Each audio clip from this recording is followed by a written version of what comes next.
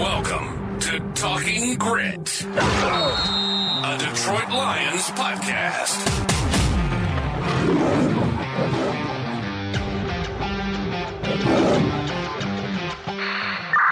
Talking Grit is brought to you by the Monroe County Reporters, Monroe's top news source for police, fire, and community events. Depot Street, truck boy at Follow them on Facebook, and for $2.99 a month, you can become a subscriber and get the news you crave even faster. Welcome, everybody, to another episode of Talking Grit. I'm Jason Harwood, and with us is Jacob Litton. Today, we got a special guest. He's the host, producer, and creator of Not the Same Old Lions podcast, Matthew Soltysiak. Matthew has a background in journalism, went to Syracuse, and anchored sports for an NBC affiliate right here in Michigan. You could find his podcast wherever you download your podcasts. Hey, Matt, so I have a podcast. You have a podcast. I'm always curious, why did you start your podcast, or what was the impetus that pushed you to, hey, let's do this? As you mentioned in your intro, I've got a master's degree in broadcast journalism from Syracuse, and I spent time working as a reporter, then a sports reporter, and then ultimately a weekend sports anchor for the NBC affiliate in northern Michigan. And I got to cover the Lions through that. And I've always been a Lions fan, and I've always wanted to be a Lions beat writer, or I wanted to focus or work for the Lions even. So I've always had a passion for working with sports, with broadcast. And life takes different turns. And in 08, 09, the economy in Michigan didn't do well. And the big part of the newsroom got laid off. And I took a different turn, went into a different career, became a high school teacher. Broadcasting was one of the classes I taught. And for a number of years, I've done that. And then I was having a conversation with a friend about a year and a half or so ago, maybe 2 years ago. And he's a big Minnesota Vikings fan. And we're talking football and bantering back and forth. And he goes, you could have a podcast. And I'm like, yeah, we could do that. And he's like, not us, but you. And so I was like, all right, well, if you don't want to do it with me, I'll have to find somebody else. But I would say the passion's always been there, and it was able to rekindle it and do it again because I think technology changed a little bit. And some of the things that you needed at a pro level were now available at the consumer level. And you could get them and record them with a laptop and a microphone and a set of headphones. You didn't need all the stuff that you needed, and you didn't need like a radio network. The podcasting thing made it that much more available. So all those things coming together really helped me bring it back, and it's been a lot of fun. Good. Just to hit on the name, why did you pick the name that you have? I'm wondering, was that just the timing of when the show started? Because I believe you started just after the Lions beat the Packers at the end of 2022. Am I correct with that? That's when the Lions, yeah, I started just after that. But you could not have picked a better day to ask me this question, because it was Taylor Decker's remarks that inspired the name of my podcast. I was trying to figure out, what do I call this? Do I go something geographical and just bouncing some different names off? And then I thought about what Taylor Decker had said after that Thanksgiving Day game. And he said, we're not the same old Lions, or it's not the same old Lions. And I was like, not the same old Lions podcast. And, it's got a couple different potential meanings to it. And I credit Taylor Decker for inspiring my name. And it just had a great ring to it. Yeah, great. That's awesome. I love the name. All right, Jacob, you got a question for him, don't you? Yeah, so this is something that we like to try to ask all the guests, and something we both answer at the beginning too, just to see how long you've been a fan for. So we just want to know, who was the quarterback for the Lions when you first became a fan? So your earliest memory when you were really into it, you really cared about the wins and losses. Who was the quarterback back then? I remember the name Chuck Long, and I think it was Bob Gagliano, I think it was, the most. Those were the names I remember, like the youngest.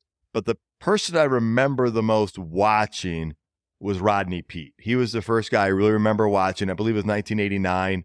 And then we drafted Andre Ware the year after. And so you had both of those guys were like the big hopes for the team. Andre Ware went to Houston, and they ran the run and shoot, which was the offense we were running with Mouse Davis back in the day.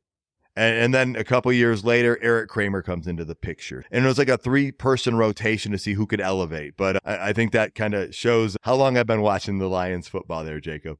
Yeah, you've been going through it for a long time. Feels good to finally be winning, right?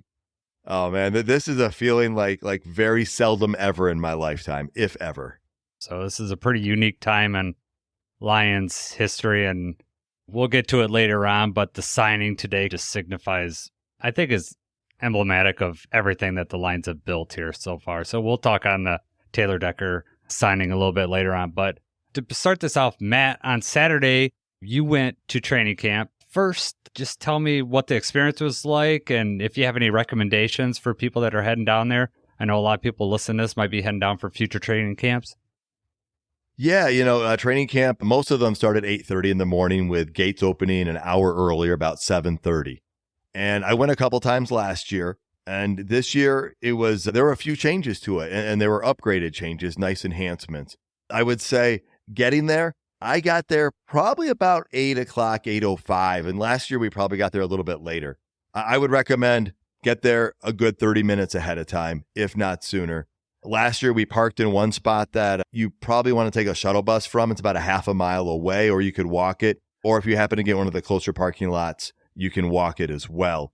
But I would get in a half hour early at least, because when the practice starts at 8:30, they'll signal a horn. And at that point, you're not supposed to, and you shouldn't, take pictures or video at that point. Now, beforehand, you can do all you want, and after, and it's fun to get those photos and whatnot. So I would get there early so you can get some of those pictures ahead of time. They also have multiple events going on. They've got Meet the Lions Legends. When I was there on Saturday, former fullback Corey Schlesinger and running back Joik Bell were both there, I was told. I didn't get an opportunity to go see them.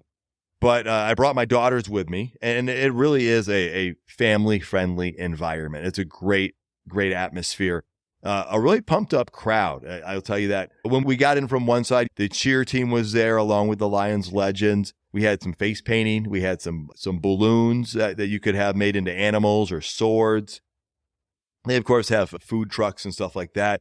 But I think the biggest upgrade I liked was the stands. The VIP tent, which I've never been in, but I've seen, has gone from 1 level to 2. So you get that elevated look. But the sideline stands, which is where I spent a good amount of time sweating profusely last year, has coverings now. And that's really nice. That's a game changer, especially if you were outside at all this past weekend. You appreciate that.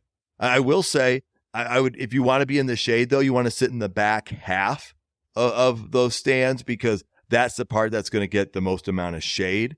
And one thing that I didn't see a lot of people highlight was those bleachers are now chairs. And it makes it a much more comfortable situation to sit in. I will guarantee you that.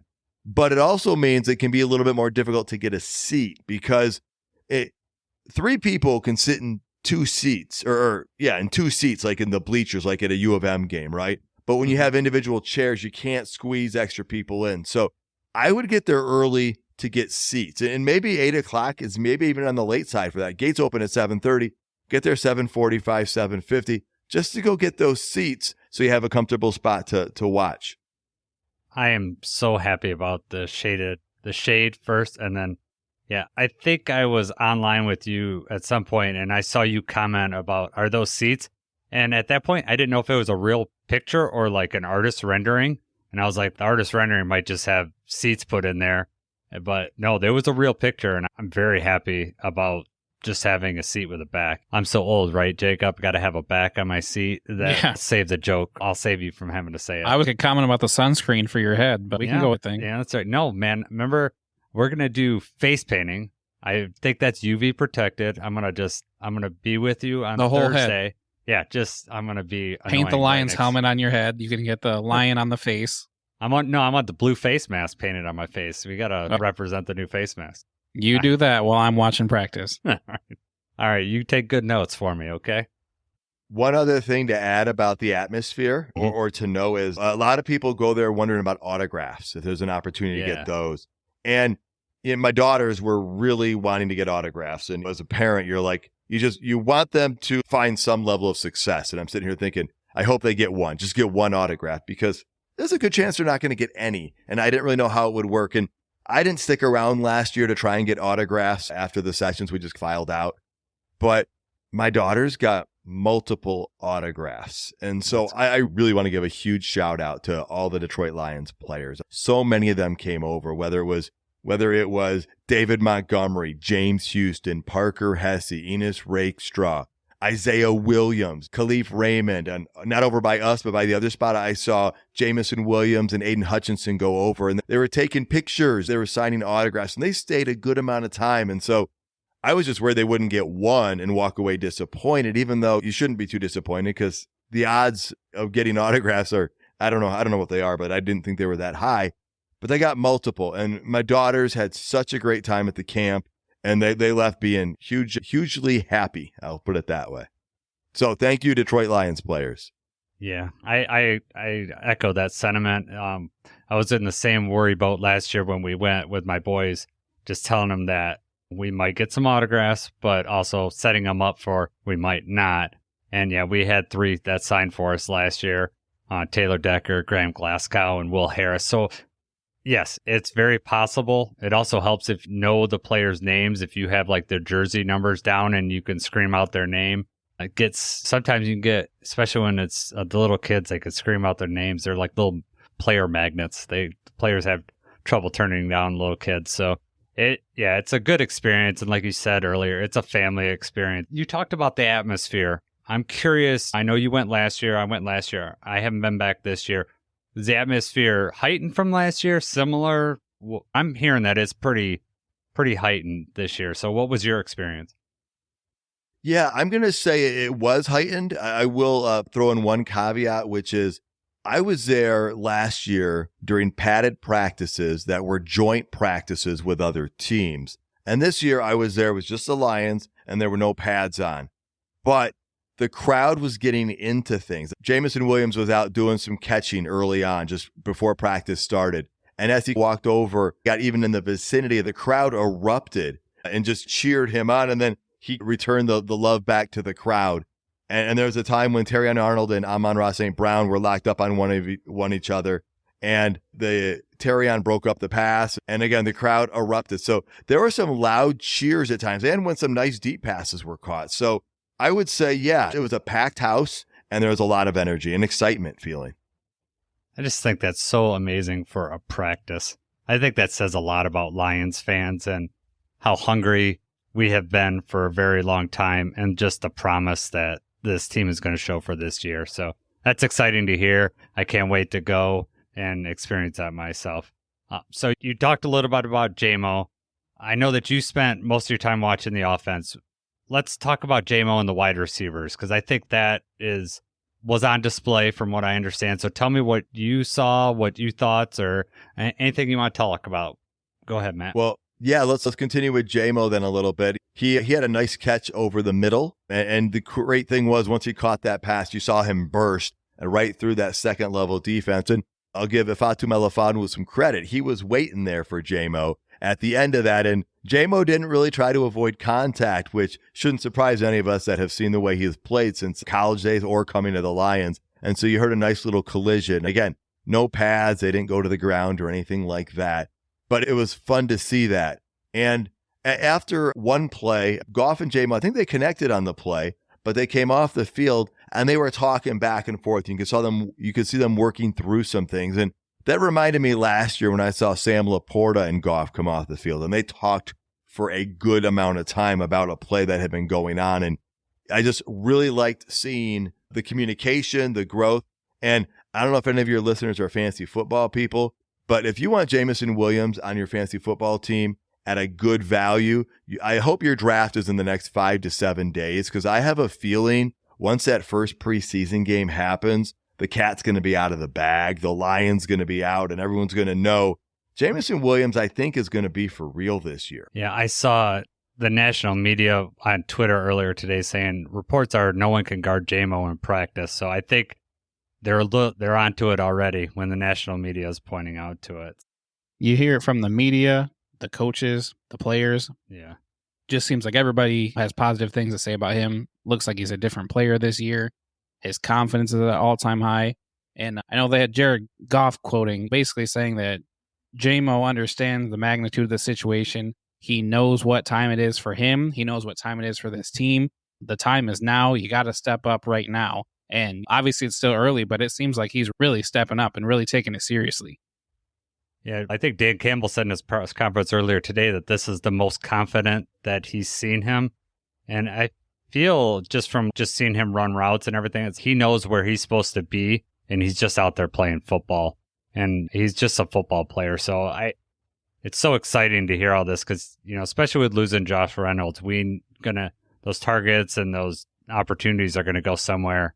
And who better to go than the fastest guy in this team? Yeah. Well, when I spoke with Jameson earlier this summer, he talked about wanting to score touchdowns and win football games. And you can see his passion and his love for football, and he's a pure football player. So I think the other thing is you see this whole crowd rooting for him in a way that you didn't see a year ago. You had some fans, and you had two extremes, some that were putting him in the Hall of Fame and some were going the other end. And the truth is usually somewhere in the middle. And the thing is, though, I think it's in the middle with an upward trajectory right now. And so I think the sky really is the limit for Jameson Williams. And we saw so much growth the second half of last season that it's realistic optimism by the Lions fans. And it's great to see so many of them supporting him. I agree. The suspension last year was just hanging over his head and just felt like everybody's head going into, because it's going to be 4, or it was originally 6 games before he's going to start playing. So it felt like, all right, we're not going to see him. And then I think you were at the practice where he actually got injured last year, right, Matt? Yeah. You had just multitude of things, just enough to pull back excitement. And then when you get, like you said, the general feeling about him last year was not as positive. I'll just say that. And so this year it's on a very positive trajectory. So I'm excited about that. You also asked about other wide receivers. We know it's going to be Amon-Ra St. Brown and Jameson Williams and Khalif Raymond in the top 3. I'm going to say these other guys were looking pretty good. Maurice Alexander and Isaiah Williams, they both showed pretty good on Saturday.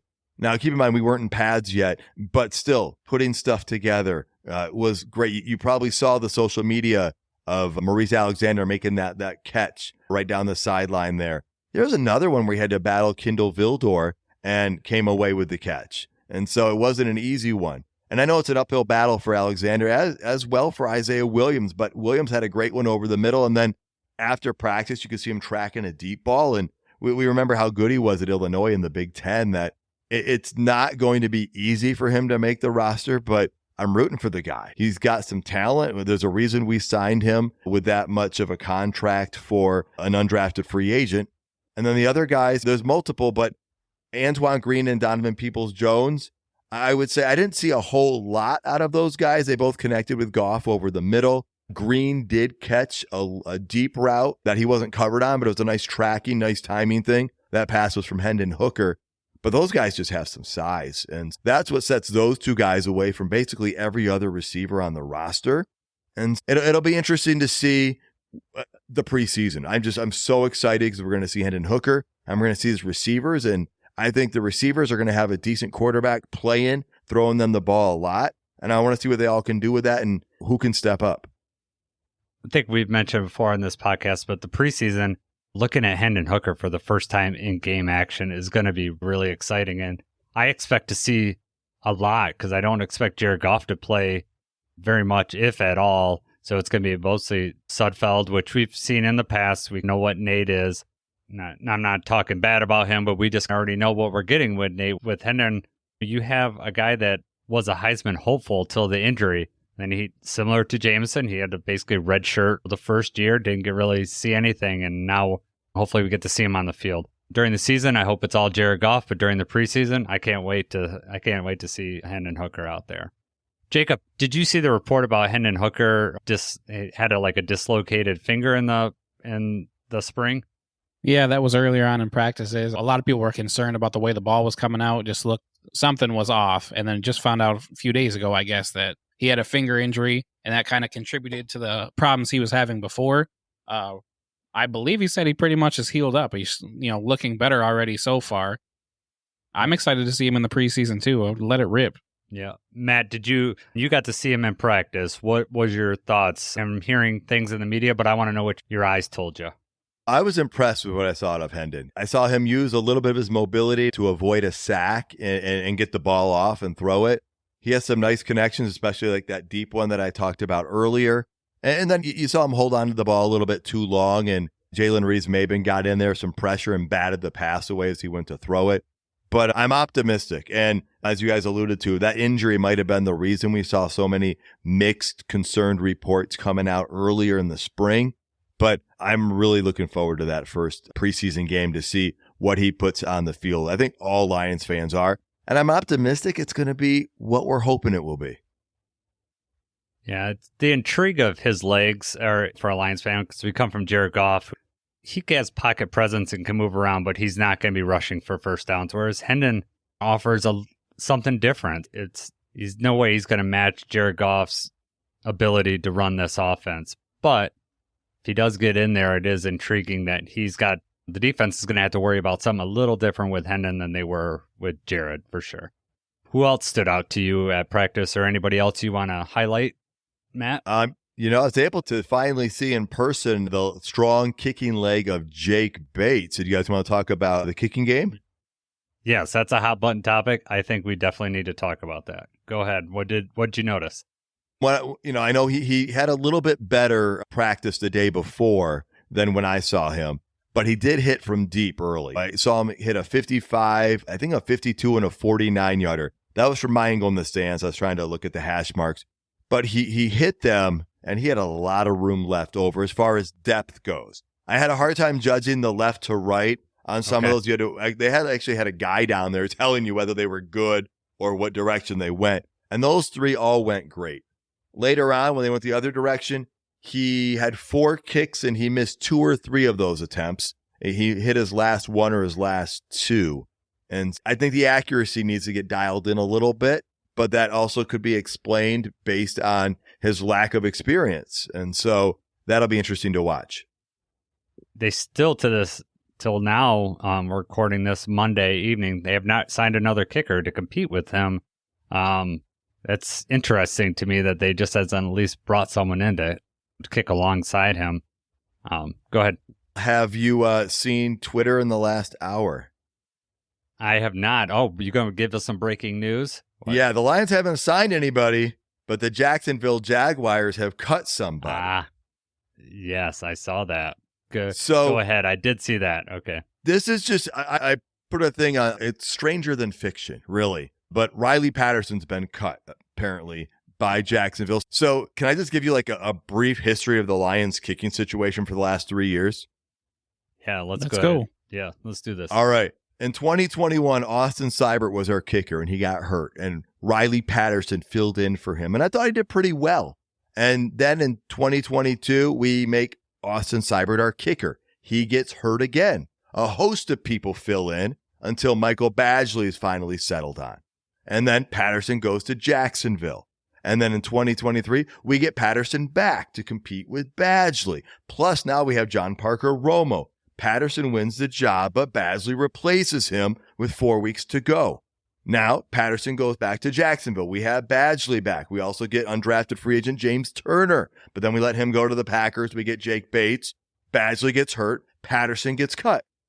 And this is where we stand. It is a weird carousel. And here's a little bit of research I did on Lions kickers. And I know you could probably make the argument that stats are the biggest lie, right? You can use stats to try to guide things. But if I don't look at the top 3 guys in Lions history for field goal percentage, because they've got 5 attempts or less, and I get rid of Dutch Clark, who kicked from 1931 to 1938, number 5 at 90% accuracy rate for the Detroit Lions is Riley Patterson. And number 6 is Michael Badgley at 85%. Now, those guys have only kicked about 30 field goals each, but they're not doing that bad. The range on Patterson is the question mark, because I think he's only made like 1 over 50 yards for the Lions. I think he did more for Jacksonville. But I really don't know. You said the Lions hadn't signed anybody. They probably will. Do you guys think it's going to be Patterson? Yeah, It makes too much sense. Yeah, especially there's not many kickers out there because every team has 2 or 3 kickers on there. Yeah, it just makes sense for him to come home. The Lions seem to do that, and a lot of teams do that. We know what we have in Riley Patterson. He's going to be enough to at least push Bates, or Riley might start out the year while Bates, we either put him on the practice squad if he makes it there, or if we don't think he's ready, we'll just cut Bates outright. Yeah, they're going to look for consistency or whoever they can count on the most, the Lions I'm talking about, and they've already counted on Riley Patterson before, so it just makes too much sense for them to do that. You have to have somebody in there to have some sort of competition. Bates had his best practices when Badgley was still there, and then Badgley went down, and then Bates started showing struggles pretty much right away. Definitely someone like Riley Patterson knows the building. He knows how they're the same age. So it's not necessarily like Riley Patterson is older or anything like that. It's not like Jake Bates is younger from that perspective, but he has way more experience kicking in the league. And historically, rookie kickers just don't perform in the big moments when you need them to, as recently as Jake Moody last year with the 49ers. So it's hard to trust a rookie kicker, and we don't have enough sample size right now. You have to have some sort of veteran competition right now. Somebody pushing him.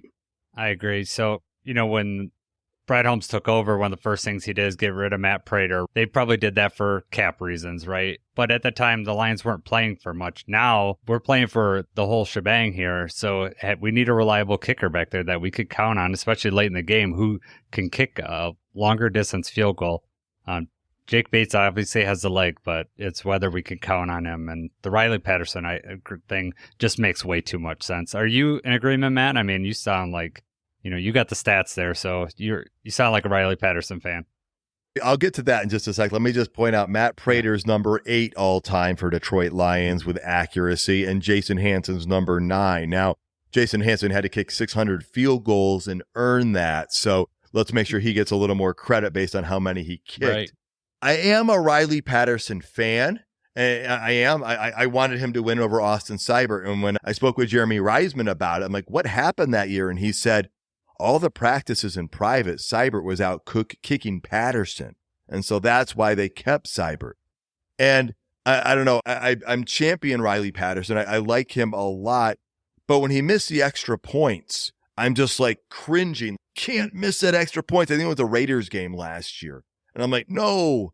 But I like, Jacob said it, I like his experience. I hope we bring him in. I hope he wants to come in, because how many times has he been released by the Lions? Twice, maybe? I don't know, 3 times. But I hope he does come back, because I agree. That'd be a perfect competition. He's probably the best guy out there. As you guys pointed out, these 90-man rosters means there's not a lot of guys out there. I would bring him back and let the two of them compete and see what you got. And you can always do something else after roster shrink to 53. But I think any Lions fan would feel comfortable with Riley Patterson going in, because like you talked about, Chad Ryland, big fan of his from Eastern Michigan and Maryland. He really struggled last year as a rookie. And Jake Moody had his ups and downs as well. And if you are hoping to go far, how much do you want on somebody who doesn't have as much experience? Now, again, the hope is Bates will get that experience in the preseason. But I'm hoping Riley comes in, and I hope he does what he can do. Yep. I think if you're Riley Patterson, though, you get cut from Jacksonville, you're looking at the teams, the other opportunities you might have. The Lions are a hot team. But you already have the history here. You actually have a legitimate chance at winning the starting kicker job. You'd think Riley Patterson's team might reach out to the Lions. Let me back in. Jacob, you're right. Yeah. If you're looking for an opportunity to land and get a starting job, the Lions are the perfect spot for him to go to. Yep. The only thing else I want to talk about is we've been reading about some scrums at practice, some heated scrums. Well, what was your perspective on that? So I did see one, and it was a couple guys towards the middle of the field. I read about their names by other people's reports, but I only want to report what I saw, and I couldn't get the numbers. And I knew once they piled up, it was going to be impossible for me to figure out who it was. But it felt like it was over before it started. It happened. It was quick. And I'm not worried about this, because I believe the type of people that Brad and Dan are bringing in are character people. And you're going to have things that go, but you're practicing against somebody. But again, I think at the end of the day, all these people, they know they're on the same team and they want the same thing. And so I personally don't think it's a big deal. Yeah. I get that same read too. And I like the fire. I like that they're going at it and they're going hard and they're not taking practice for granted, right? They're teammates and they're brothers, but yeah, they're still fighting out there. And I like that. The pads weren't even on and they're already chirping with Yeah, each that's what other. I would say. You know, it's worse. The heat gets up, the pads are on, and you got these people fighting for roster spots, and it's real heated. Yep. Yeah. I'm glad that it doesn't prolong and it doesn't, like from what you said, it was over before it started. Emotions get Yeah, it's over, good to hear. calmer heads prevail. And they just move on to the next thing. Let's move on to the big news of today. Today's big news is Taylor Decker's extension. It was 3 years, $60 million, 31.8 guaranteed. Matt, I'm going to throw it to you first. What's your thoughts? Are you happy? Are you ecstatic? What other words can we use? Yeah, I think I'm thrilled. I guess I'll go with that word, which is just a synonym for the ones you already used. But he's entering his 9th season with the Lions, right? He's been there for ups and downs, right? Before these last 2 years, he was on a last place team 4 years in a row. And there's nothing more satisfying than going through the lows and being part of the highs after. And he even said it in his press conference. He said, I'm glad that the Lions see value that I can continue to add to this team moving forward. Because we know so many of the players that were on that roster 3 years ago are not here today. And he's one of the ones that still is. And he's considered a leader and a hardworking player and just a good, great guy and consistent. I interviewed Lomas Brown last summer going into training camp and asked him about Taylor Decker. And he said, consistent. That is what describes Decker the best. And I'm thrilled for him as well as our team because I think, as you guys know, offensive lines seem to be one of the hardest things to form in the NFL. There just aren't enough great offensive linemen. And so by giving him another 3-year extension here, I think that it helps keep another vital piece in there for a while. Yeah. What's your thoughts, Jacob? Oh, we talked about this in an earlier pod. This is one of the guys we really wanted a contract to get done. He just embodies grit, the hard work for the team. Like you said, Matt, how long he's already been here. He's had to go through the lows and he's here for the highs now. And he's also been a big part of us getting to that point and performing at a high level. And really, he deserves the contract. I think that he's like at the 6-7 range. You're talking about the top paid left tackles. He did do a team-friendly deal while also getting paid. So that was cool to see, too. And I don't think that we questioned that at all, that he wasn't going to be holding out for more money. He doesn't seem like somebody that was going to be trying to go elsewhere. He's not trying to leave Detroit. He wants to be a Lion for life.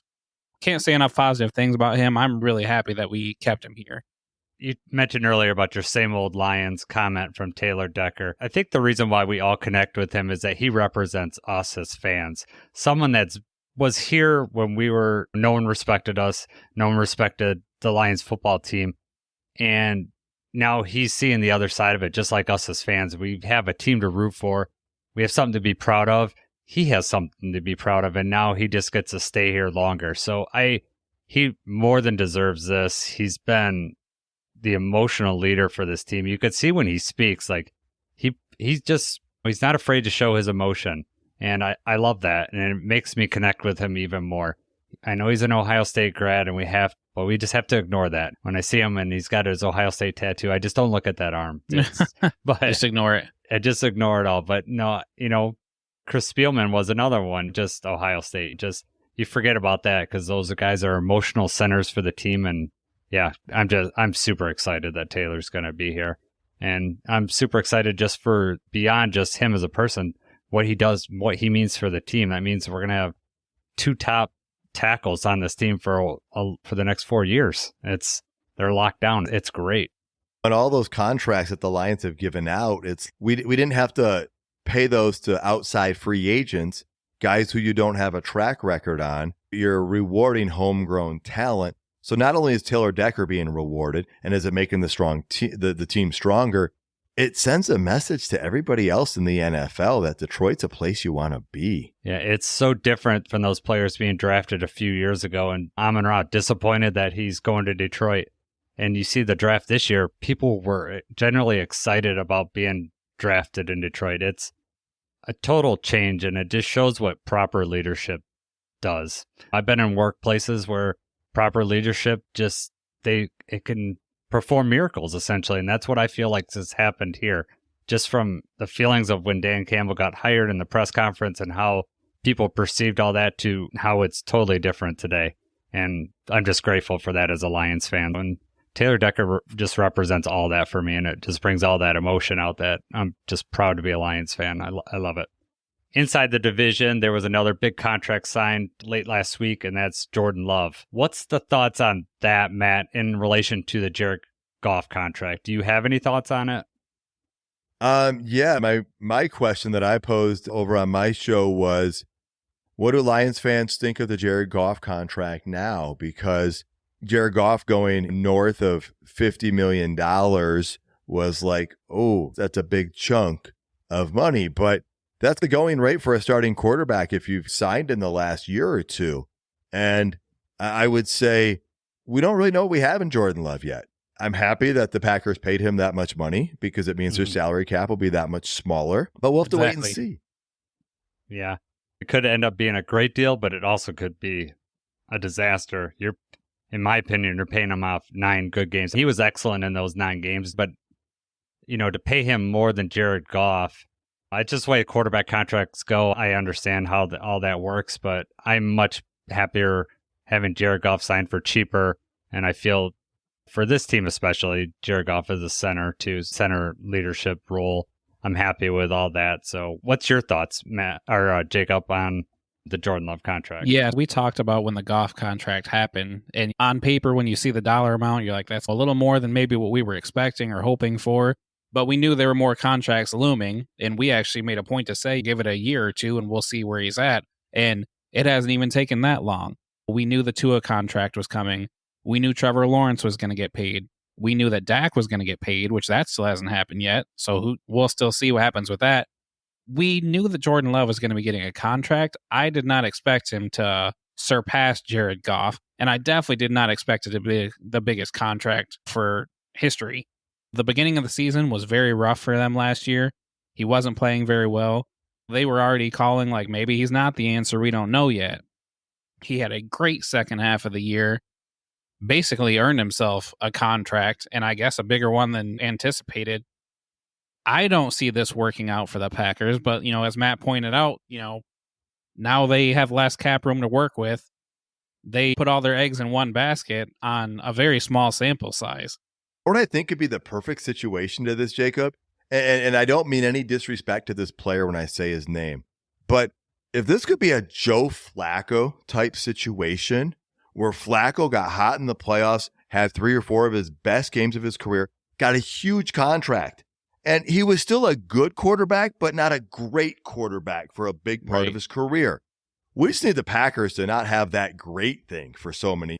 If Jordan Love's just good and they're paying him this much, that's going to make it very competitive for us. And that's what I'm hoping for. Yeah, absolutely. I think that's a great point.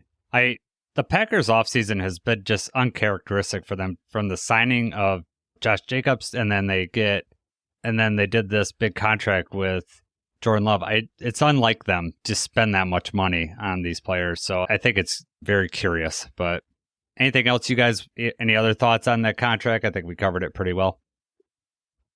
Nope. I'm good. All right, Matt, are you ready for the hot seat? We're going to get to the Honolulu Blitz. Sounds good, guys. It's time for the Honolulu Blitz. All right, let's see. Jason made these questions. I just want to point that out too, but there's some good ones here. All right, last season, who had the second most receiving targets? The second most receiving target, I'm going to say Sam Laporta. I don't have Laporta's number on here, but Gibbs actually had 71 targets last year, and Josh Reynolds had 64. Laporta might. Do you know where Laporta was at? No, I'm gonna look it up because he wasn't shown on my spreadsheet. You look it up. I'll move on to the next one. Yeah, go ahead. This is a fun one here. Who had more receiving yards last year, Antoine Green or Malcolm Rodriguez? I'm going to say Malcolm Rodriguez because I think he caught a pass in a game out of fullback or something. Rodrigo actually had 6 yards last year, and Antoine Green had 2.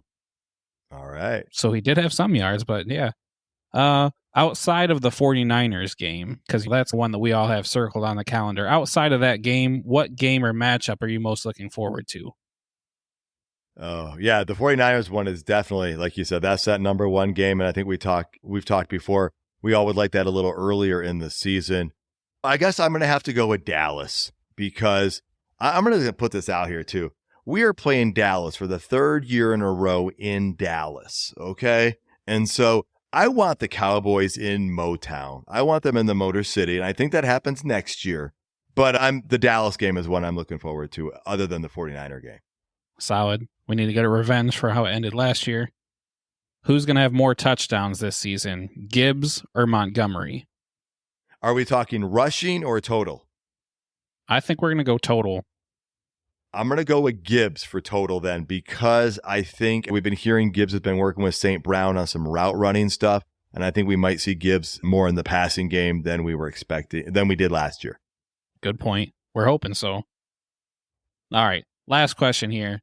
Not counting Barry Sanders, because he's usually the answer for this question for everybody. Who is your favorite all-time Lion outside of Barry? So I've only ever purchased one Detroit Lions jersey. Now I have two because when my wife and I were dating, she bought me a Barry Sanders one. But back in high school, I had, and actually still have today, a Chris Spielman jersey. And that Spielman jersey still fits me today, so it makes me wonder how baggy that jersey must have been back in the 90s when I was wearing it. Nice. So I just love the intensity Chris Spielman played with. I still think one of my favorite plays, I think it was against the Bears. Like the receiver basically caught the ball and Spielman just ripped it out of the guy's arms and ran down and scored a touchdown. It was cool. Love Chris Spielman. Update on the stats. Jason was wrong. Matt is right. Is Laporta with 120 targets. Amon-Ra had 164 targets. So Laporta was 120. I just missed that. But Gibbs was third. And Gibbs actually had more than Josh Reynolds. So when I looked up that stat, I was surprised that Gibbs had more than Josh Reynolds. But Gibbs seemed to have a lot more shorter passes. And Reynolds, a lot of his were for first down. So we're going to hopefully Gibbs makes that up and runs some deeper routes. Yeah, that surprises me that Gibbs had that many targets. Yeah. Right. It didn't feel like it. It did not feel like it. And that when I saw that, I was like, wow, because he had 52 receptions, which I thought was higher than what I really remember during the season.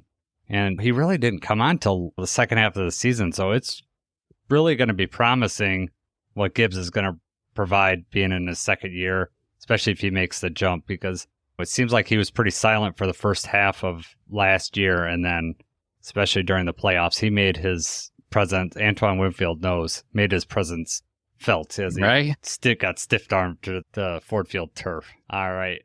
I let Jason be in charge of the trivia questions one time, and he makes a mistake. Hey, I learned my lesson too. It created a good conversation. Matt shows how good he is, making my guests look good. So, yes, it was a win-win. Win-win for you two, lose for me. Okay, yeah. It's okay. It's okay. I am confident enough in my abilities that I'll take the loss. It's okay. Okay. All right. Matt, I want to offer thanks for you doing this. I'll tell everyone right now that the first recording we made did not happen. Technical difficulties. And I honestly, just hearing this show, I think it turned out for the better. And I'm really grateful that you just offered to come on the show again. It just shows what type of person you are, and I appreciate that. I hope people go to your show and listen to it. It is a very good show. Matt, I want to give you the opportunity where can we find you on social media? Yeah, first off, just, hey, thanks for having me as a guest, guys. It's always fun talking Detroit Lions with other fans and other podcasters. So I appreciate that. As far as finding content, you can find me on Twitter at Matt Soltysiak. You can find the podcast anywhere you listen, whether it's Spotify, Apple Music, or Apple Podcasts. And you can go to notthesameoldlions.com. We've got written content and all the audio episodes there as well. Yeah. And Matt basically runs that whole show, but he has consistent guests on there. Is there any way you want to plug those guys while you're on it so people know what to expect when they click on your show? Yeah, a couple of the regular guests. One is James Cook. He's the senior sports writer for the Traverse City Record Eagle. He's been covering sports in Michigan, I believe, for almost 30 years now. And so he's got a great sports background. And he is such a Lions fan as well that he knows so much about the Lions. He dives deep into stats and often finds things I don't even know about.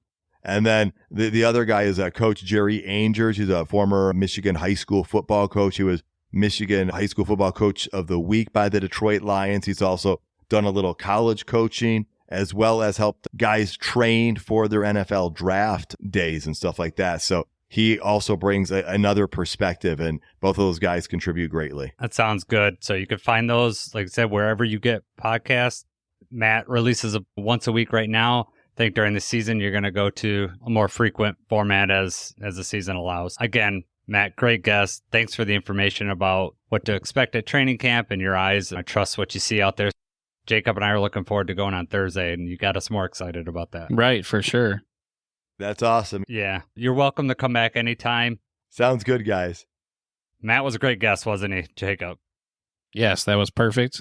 Yeah. A lot of insight from somebody that's been, doing it for a while. Always good to hear from other Lions fans. Yeah, he's a good guy. A couple weeks ago, we asked for fan mail engagement, in which you guys were gracious enough to send us some emails and some text messages, fan mails through Spotify or whatever. So we're going to go through those. There were some questions involved, so we'll go ahead and answer that. And so sorry we didn't do it last week, but I was on vacation, so we had pre-recorded last week's episode, so we're finally going to get to it. Why don't you start us out, Jacob?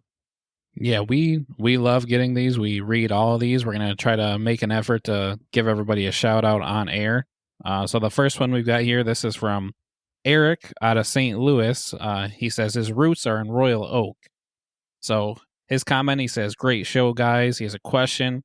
We all know the early bye sucks, but I haven't heard anyone mention, starting with November 24th, the Lions have 3 games in 12 days. I just think that might come into play injury-wise. What do you think? We did touch on this briefly earlier, but, they have the 3 games close together. Travel is not an issue. We have the Indianapolis game followed by the Chicago and then Green Bay, correct? Yep, that's how it breaks down. They're on so, Thursday they nights. Are, right. They are close together. I think the travel part is a big thing. You don't really have a long, road trip. And I do think that we are going to be able to maybe put some players on a snap count and try to be smarter about that because we have 3 games back to back versus, when you just have that Sunday to Thursday game, especially when it's later in the season, maybe you've got to get everybody going and, everyone has to play 100% the whole time. I think we kind of have a little more of a luxury being able to put some guys on a snap count.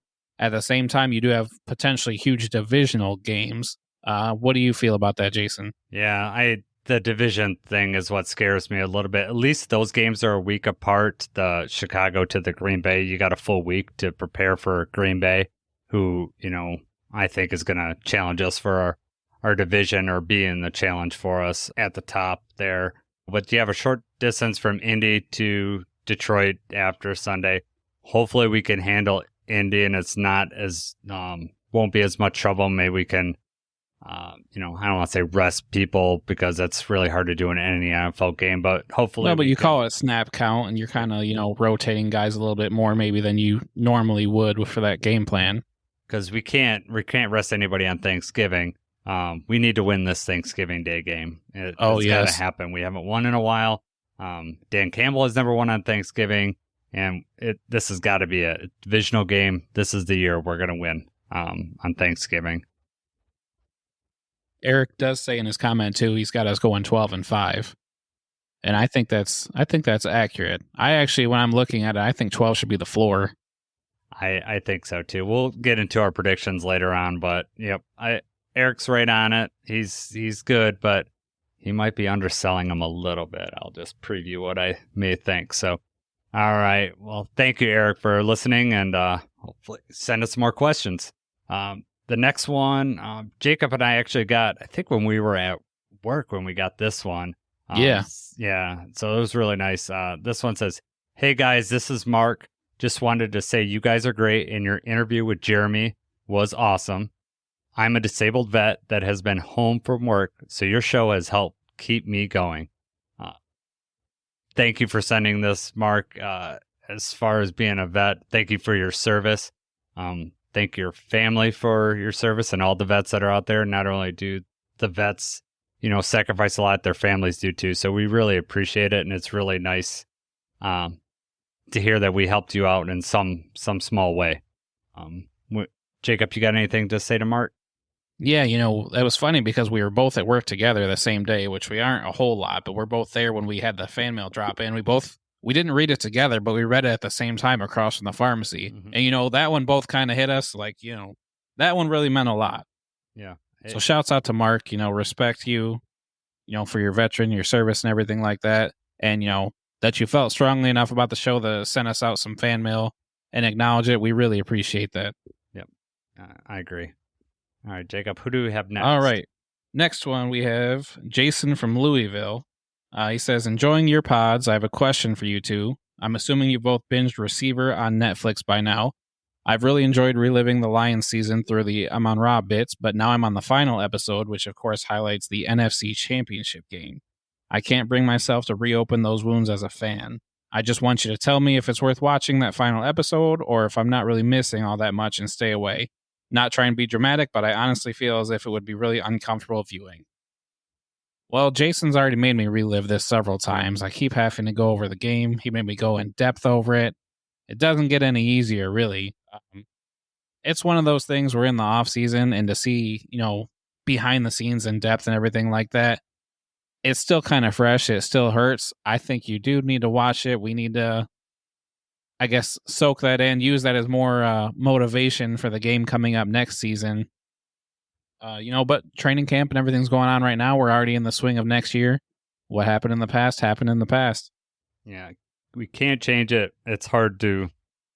It was very hard when we relived it for the previous pod.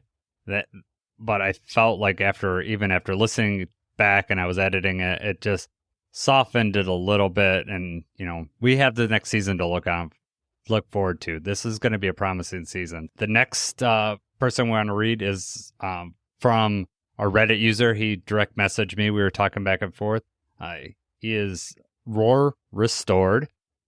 He says, as far as questions, I only have one. Do you think the format of the show will change at all once the season starts? And yes, it's going to change. We're going to try to do 2 episodes a week. The first one will be a game recap, which we want to do. It's going to change just because the line schedule is so all over the map as far as 1 o'clock, 4 o'clock, primetime games. So we want to get up by the next day. Our just thoughts on the game. It'll be, just fun, especially as many games as we're going to win, right, Jacob? We're going to win all these, so it'll be fun to relive that. Be really fun to talk about. Yeah, and then we're going to do a game preview. So later in the week, we haven't really laid down a date, but probably by Friday, we'll have our game preview for the following week. And we'll go through, the matchup for the next week. And we're going to pick all the primetime games, all the nationally televised games, and then kind of keep track of that. That's at least how we see it going on right now. We're a young podcast, things may change, but that's kind of how I see it going. That's the plan. That's right. All right. Last one. Last one we have. So this is Cody. And Cody's comment says, Derek Barnes. And I think Jason remembers this discussion, what he's talking about here. On our earlier pod, we discussed who had the more iconic interception. Was it Iffy's interception to clinch the NFC North against the Vikings? Or was it Derek Barnes' interception, which clinched our spot in the NFC Championship game? I felt very strongly that it was Derek Barnes. Jason felt very strongly that it was Iffy.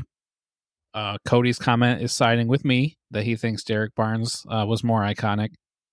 Twitter agrees. Every poll that I've made, every comment thread that I've started, proved me right time and time again. I think pretty much everyone agrees that Derek Barnes' interception is more iconic.